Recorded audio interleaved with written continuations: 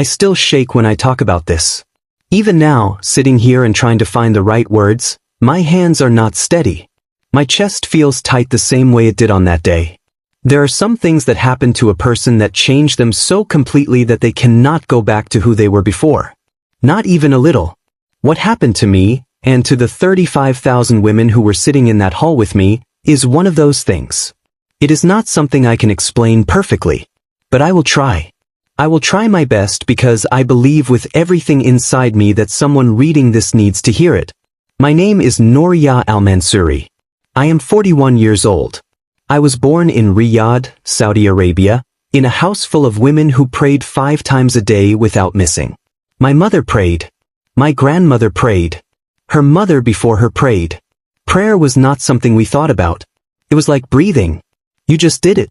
You did it because that was what you were, and that was who we were, and nobody ever questioned it. We loved Allah. We feared Allah. We did what we were told.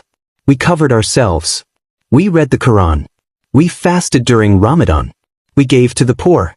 We did everything that was required of us, and we believed that this was enough. I believed that with my whole heart. But I should tell you about my life before I tell you about that day. Because without understanding my life, you will not understand why what happened hit me the way it did. I became a widow when I was 33 years old. My husband, Khalid, died in a car accident on the road between Riyadh and Jeddah. He was 37. We had been married for 12 years. We had 3 children together. The oldest was 11. The youngest was 4. I remember the moment I got the news. I remember it like it is painted on the inside of my eyes. My brother-in-law came to the door. I saw his face before he even opened his mouth, and I knew. Something in me just knew. The way his eyes were red and wet. The way he could not look at me directly. I grabbed the wall behind me. I felt my legs stop working. And then the crying started, and it did not stop for what felt like weeks. Khalid was a good man. He was not perfect. Nobody is. But he was kind, and he was faithful to his prayers, and he worked hard to take care of us. When he died, I felt like someone had pulled the floor out from under my feet. I was just falling. Falling and falling with nothing to hold on to. I had to raise 3 children by myself in a country where a widow without a male relative to depend on feels very small and very alone. My father was still alive, and my brothers helped me when they could. But they had their own families. They had their own lives. And I had mine, which now felt like it had a big hole torn through the middle of it. In the years that followed, I held on to prayer the way a drowning person holds onto a piece of wood in the water. It was all I had. I prayed 5 times a day. I went to Quran study. I fasted more than required. I gave charity. I wrapped myself in religion like it was a blanket and I was cold. But inside, there was still this emptiness. This question that I never said out loud to anyone because it felt dangerous even to think it. The question was this: is this enough? Am I enough? When I die, where will I go? Is Allah pleased with me? I did not know the answer. And not knowing was a kind of pain that I carried quietly every single day. I was like this for 8 years. 8 years of being a widow. 8 years of raising my children alone. 8 years of praying and fasting and doing everything right by the rules, and still feeling like something was missing. Like there was a door somewhere that I had never been able to find, and behind it was the answer to all the questions I was too afraid to say out loud. Then I heard about the conference. It was a conference for Muslim widows. Someone from my mosque told me about it. She said there were going to be thousands of women attending. Women from all over Saudi Arabia. Women who had lost their husbands and were living alone and raising children and trying to hold their lives together the same way I was. I thought, maybe it will be good to be around women who understand. Maybe it will feel less lonely. I signed up. I got on the bus. I had no idea what was waiting for me when I got there. The conference was held in a large hall in Mecca. I am not going to try to describe exactly where because the details of the location are not what matter. What matters is what happened inside. The hall was enormous. 35,000 women were registered to attend. 35,000. When I walked in and saw all those women, all dressed in their abayas, all with their headscarves on, all sitting row after row after row as far as I could see, I felt something rise in my chest. Something that felt like recognition. Like, yes, here are my people.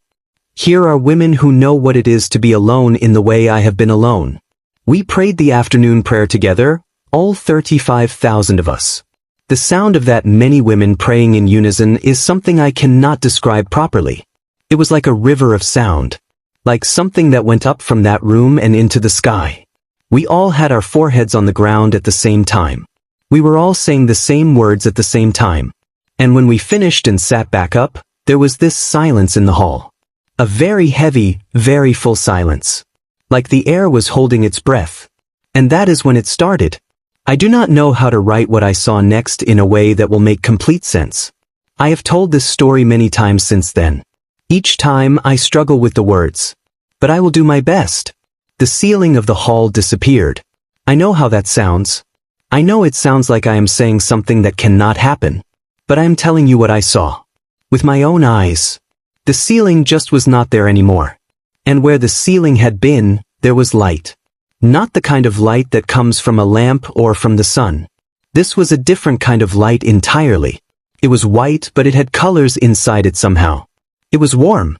And it was moving, not the way fire moves, but the way water moves when it is very calm and very deep. It rippled softly, and it was everywhere above us.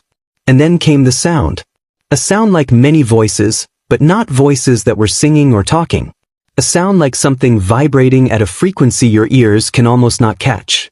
It went right through me. Through my chest, through my bones. I felt it in my teeth. I felt it in my feet. And when it hit me, I started crying. I did not decide to cry. My body just started. Tears came out of my eyes the way water comes out when you tip a cup. Just pouring out. I heard the women around me doing the same thing. There was crying everywhere in that hall. Not sad crying, not exactly. It was bigger than sad. It was the kind of crying that happens when something too big and too true is right in front of you and your body does not know what else to do with it. Then I saw the sky above that light. And in that sky, I saw things I cannot fully describe. I saw a place. A real place, I am sure of it. It was not like a dream where things shift and change and do not make sense. It was steady. It was clear. It was more real than anything I have ever seen with my open eyes. I saw space, vast open space, full of light and color, not loud colors but soft ones, like the color of early morning. I saw structures that I can only call buildings, but they were not like any buildings I have ever seen. They were tall and they glowed from inside. They were made of something I do not have a word for. Not stone, not glass, not metal. Something that looked like all three of those things and none of them at the same time. And there were people there. Or what looked like people. They were moving, going somewhere. Their faces were full of a kind of joy that I have no word for in Arabic or in English. They were not walking the way we walk here. They moved with ease. Like every step was exactly right and there was no effort in it at all. I stared at this vision and I felt something inside my chest crack open. That is the only way I can say it. Like there was something locked in there and this sight cracked the lock. And what came pouring out was grief and longing and fear and hope and love all at the same time, so mixed together I could not tell where one ended and the other began. But then the vision shifted. And this is the part one find hardest to talk about, because this is the part that changed everything for me. The vision got darker. Not completely dark. But the bright, beautiful place I had been looking at seemed to move back, like it was going further away. And in front of it, between that place and where I was sitting, I saw something else. I saw a separation. I cannot call it anything else. It was like a line, or a gap, a space between the beautiful place and where I was. And I understood, not because a voice told me, but because something deep inside me just knew, I understood that this separation was real. That there was a way to cross it and a way to miss it. That you did not get to the beautiful place by just trying hard or by doing enough things. That the crossing required something else. Something I did not have. I looked at that gap between me and that place and I felt fear like I have never felt in my life. Real fear. The kind that goes all the way down to your stomach and squeezes. Not fear of death. I have been close to that kind of fear before. This was fear of being wrong. Fear that all the years I had been praying and fasting and doing everything I was supposed to do had not actually closed the distance between me and that place. Fear that I was still on the wrong side of that gap. Around me, every single woman in that hall was experiencing the same thing. I could feel it even with my eyes fixed above me. The crying had changed. It had gotten heavier, more desperate. Some women were on their knees with their hands pressed to their faces. Some were rocking back and forth. Some were stretched out on the floor with their faces down, not in the prayer position, but in the position of someone who has completely given up pretending they are fine. The sound of 35,000 women crying all at once is a sound that I carry in my body. I will carry it until I die. It was the sound of something collective breaking open. Then something new entered the vision. A figure. I do not want to say more than what I saw, because I do not want to add anything that was not there. I saw a figure, right? Completely covered in light in a way that made you not able to see details, but you could tell it was a person, a form, someone. And this figure was standing at the gap. Standing right where the separation was. And the feeling that came from this figure was something I have absolutely no word for. The closest word I have is love, but that word is too small. Love is what I feel for my children. What came from this figure was much bigger than that. It was like love had been multiplied 10,000 times and then made into a form that could stand there in front of you. It was overwhelming. I could not breathe for a moment. And then a voice. One voice, clear and quiet and gentle, not loud at all, but I heard it as if it was speaking right next to my ear, as if my eardrum was the only eardrum in the room. The voice said very simply, something like this. It said, I already crossed the gap for you. You cannot cross it yourself. But I have crossed it. And if you receive me, the gap closes. I am crying right now writing this. Even after all the time that has passed since that day, those words make me cry. Because they answered the question I had been carrying for 8 years. The one I was too afraid to say out loud. Am I enough? The answer the voice was giving me was, no. You are not enough. Not because you are bad, but because no person is enough to cross that gap alone. No amount of prayer or fasting or charity or rule following is enough to cross it. But then came the second part of the answer, which was, but I am enough. And I am offering you the crossing as a gift. I had never heard anything like that in my life. In everything I had been taught, the crossing was something you earned. Something you built through your deeds. The scale of your good deeds would hopefully outweigh the bad ones and then Allah would let you in. That was what I believed. That was what 35,000 women in that hall believed. We had all been living our entire lives according to that scale, trying to add enough weight to the right side.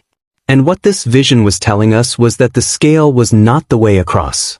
There was a bridge. And someone had built it. And his name was being made known to us. I cannot tell you the exact moment I understood whose name it was. It is hard to explain how you know something that is shown to you in a vision rather than told to you in plain words. But I knew. It settled into me the way truth settles. Not like something hitting you. More like something that was always true becoming visible. I knew that the figure at the gap, the one who had crossed it for us, was Jesus. We call him in Arabic. We knew him. We had always known of him. In Islam, he is a prophet, a very honored prophet. We believed he existed. We believed he was born of a virgin. We believed he performed miracles. But we did not believe what the vision was now showing me, which was that he was more than a prophet. That he was the one who had crossed the gap. That his death was not a mistake or a defeat. It was the crossing. It was the bridge. Sitting in that hall, surrounded by 35,000 women who had lost their husbands and were raising their children alone and praying 5 times a day and still feeling like there was something they could not reach, I made the most important decision of my life. I opened my hands in my lap, which is something I just did without thinking, just opened my hands upward, and I said yes. In my heart I said yes. I said, if you are real, if this is you, if you cross the gap for me, then I receive that. I receive you. I do not fully understand yet. I have so many questions. But I say yes. And something happened when I said that. Inside me. Something shifted or settled or opened. The emptiness that had been in my chest for 8 years, the one I had been trying to fill with extra prayers and extra fasting and conferences and Quran study, the one that had not been filled no matter what I did, something touched it. Something filled it. Just quietly. Not with a big explosion or a dramatic feeling. just quietly and completely, like water filling a cup from the bottom up. And the fear that had been squeezing my stomach loosened. And I could breathe all the way to the bottom of my lungs again for the first time in a very long time. I looked around me, and I saw that something was happening with the other women too. All around me, women were lifting their faces. Women who had been crying with their heads down were looking up. Not at the vision anymore, which was slowly becoming less visible, fading back into the ceiling which was returning to being a ceiling.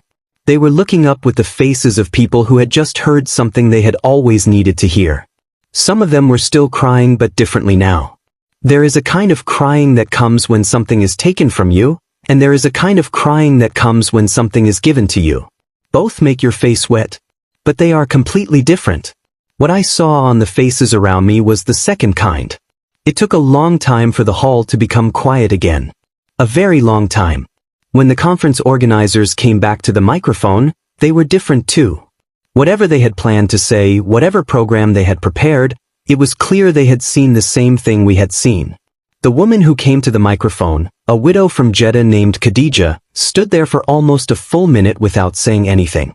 Just standing. Tears coming down her face.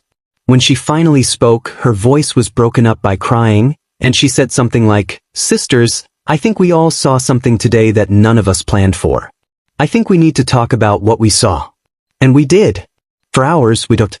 Women took turns coming to the microphone or shouting from where they sat.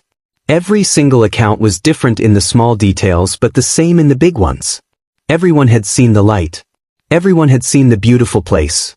Everyone had seen the gap. Everyone had seen the figure. Everyone had heard something. And every account had the same name at the center of it. Jesus. The one who crossed the gap. There were women in that hall who resisted it. I want to be honest about that because it would not be true to say that all 35,000 of us simply said yes in that moment without any struggle. There were women who were frightened by what it meant. Women who had been Muslim their entire lives, as had their mothers and grandmothers, as had I. Women who understood that saying yes to what this vision was showing them would cost them things. Family relationships. Community standing. Possibly safety. There is no pretending that accepting Jesus in a Muslim country, in Saudi Arabia, in Mecca of all places, comes without cost. Several women near me were shaking their heads and saying, "This cannot be right. This is some kind of test. We cannot follow this. This is wrong." I understood them. I did not judge them. Because I had those same thoughts moving through me. I felt the weight of what it would mean to go home and to live differently. To explain to my children what had happened to me. To face my brothers and my father. To face the women in my mosque. I felt all of that weight pressing down on me. And I still said yes. Because the alternative was going back to the gap. Going back to the emptiness. Going back to the scale that I would never be able to tip far enough. And I could not go back to that. Not after seeing what I had seen. In the days that followed, I found out through word of mouth and through phone calls that the experience in that hall had spread. Women who had been at the conference were reaching out to others. Underground networks of women, mostly widows but not only, were forming quietly. There were women who had already known something about Jesus from secret reading they had done over the years, and now they were connecting with others who had just discovered him through the vision. There were women who had never read a single word about him and were now searching desperately to understand more about who this person was and what it meant that he had crossed the gap for them. I was one of those searching women.